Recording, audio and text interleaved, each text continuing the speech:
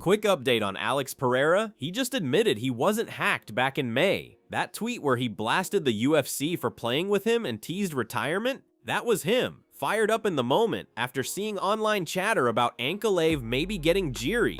He owned it and said it was impulse and miscommunication, not the UFC screwing him. Once he spoke to his manager and Hunter, it got sorted. He basically said he reacted before he had all the info, felt hurt because he'd been promised the next shot, and then deleted it and blamed a hack. Now he's like, nah, my bad. However you feel about the drama, it takes some stones to say I was wrong in public. He wants the rematch, and when they asked how it plays out, he kept it simple. I go win. Rampage Jackson is still heated over the Raja/Syko stew mess, and it's getting uglier at home. He told Helwani he hasn't talked to Raja since the incident. He heard his son's side, says Raja went against everything he told him, had no business in that ring and took it too far. He still loves him, got him a lawyer, even said he was going to turn him in if a warrant came. But as a father, he's done trying to talk sense into a grown man who won't listen. On top of that, Rampage is mad at Syko Stu for going quiet while Rampage's DMs got flooded. In Rampage's mind, if Stu had stepped out early and said, yeah, what Raja did was messed up, but there was a planned bit before it went off the rails that would have calmed a lot of the hate. Rampage keeps saying everybody was wrong, the promoter for putting an outsider in a risky spot, Stu for hitting Raja with a can and grabbing him, and Raja most of all for losing control. He wants people to take some accountability across the board, not just fire it all at his family. The Khamzat chatter won't stop either. Paulo Costa is still barking at him, saying he'll cut the belt off the Chechen who just holds guys, and that one more snoozer will have fans begging for a change. Costa insists he'd fight him right now if it were up to him. He also said yes to a November 22 fight in Qatar with Shera Bullet Magomedov. He posted that it looks fun and he's in. That's a fun style clash. Costa's pressure and power against Shera's flashy kicking game. Meanwhile, Caio Borraio is also calling his shot. He's happy for Khamzat, but swears he's the one who can crack the code after he handles his own business first. You've got two live contenders openly circling the champ already, and fans are not going to complain about those matchup options. Usman Nurmagomedov also tossed a grenade into the lightweight debate. He basically said Ilia Topuria isn't the best 155er alive, and can't be when he's only had a single fight up there. Usman pointed to his own body of work, wins, finishes, champions beaten, and then added the respectful caveat that nobody gets to sit at 1 while Islam is still at lightweight. Translation: Islam's the man until he moves up. If he does, then we can talk. Cross-promo talk usually fizzles, but calling out the UFC champ's resume like that, that'll keep this argument buzzing for weeks. Alexander Volkanovski gave a rare honest look at how fast turnarounds bite you. He admitted plain and simple that going out again so soon after the Islam head kick was a mistake. He said he was completely out for a couple minutes from that shin to the temple, and even though he convinced himself the short notice would make him more dangerous, the truth was he needed time off before Topuria. When a dude at that level says, yeah, I rushed it and I got slept, people listen. He's taken the time to reset, and when he's right, he's still one of the best problem solvers to ever do it. Quick side debate, who's the best pure boxer in the UFC? A lot of folks say Topuria. Terrence Bud Crawford says Cody Garbrandt. He wasn't talking overall MMA striking, strictly hands, the way a boxer grades it. He said Cody's the cleanest in-boxing technician, period. People rolled their eyes, people argued, but when a pound-for-pound king says it with a straight face, it sticks to the discourse. If Cody comes out snappy and sharp in his next one, that quote will be everywhere.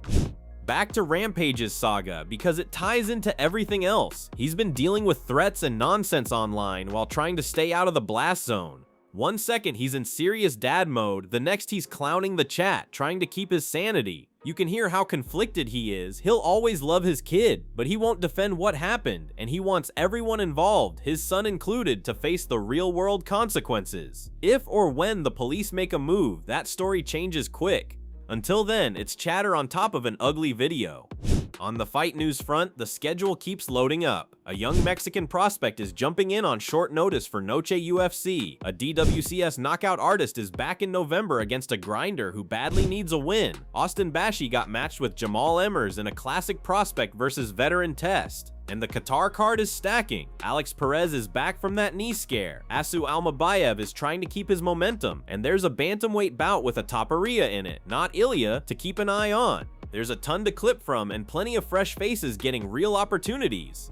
Anderson Silva quietly just made a giant bag from the class action settlement, over $10 million. It's the biggest single payout on the list and roughly 40-something times the average check. Does it match what stars in boxing pull? Not even close, but in MMA history, that's massive, and it's a marker that a few things are finally shifting the right way for fighters. The Spider stays winning. Bo Nickel got what he wanted, Madison Square Garden. He's lined up with Rodolfo Vieira, which is wrestling royalty versus BJJ royalty. That's catnip for grappling nerds. Bo said he didn't care if he was on the prelims, he just wanted MSG. He's got it. Now we get to see if his tempo and shot selection hold up against a guy who punishes one lazy grip with a choke.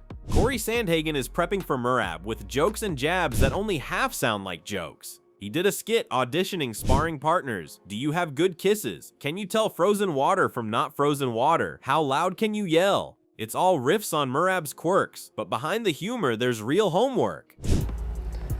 You got good kisses?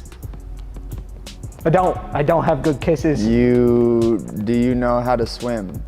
Do you know the difference between frozen water and not frozen water? Yes. Yes? How loud can you yell? That many. Get him the out of here.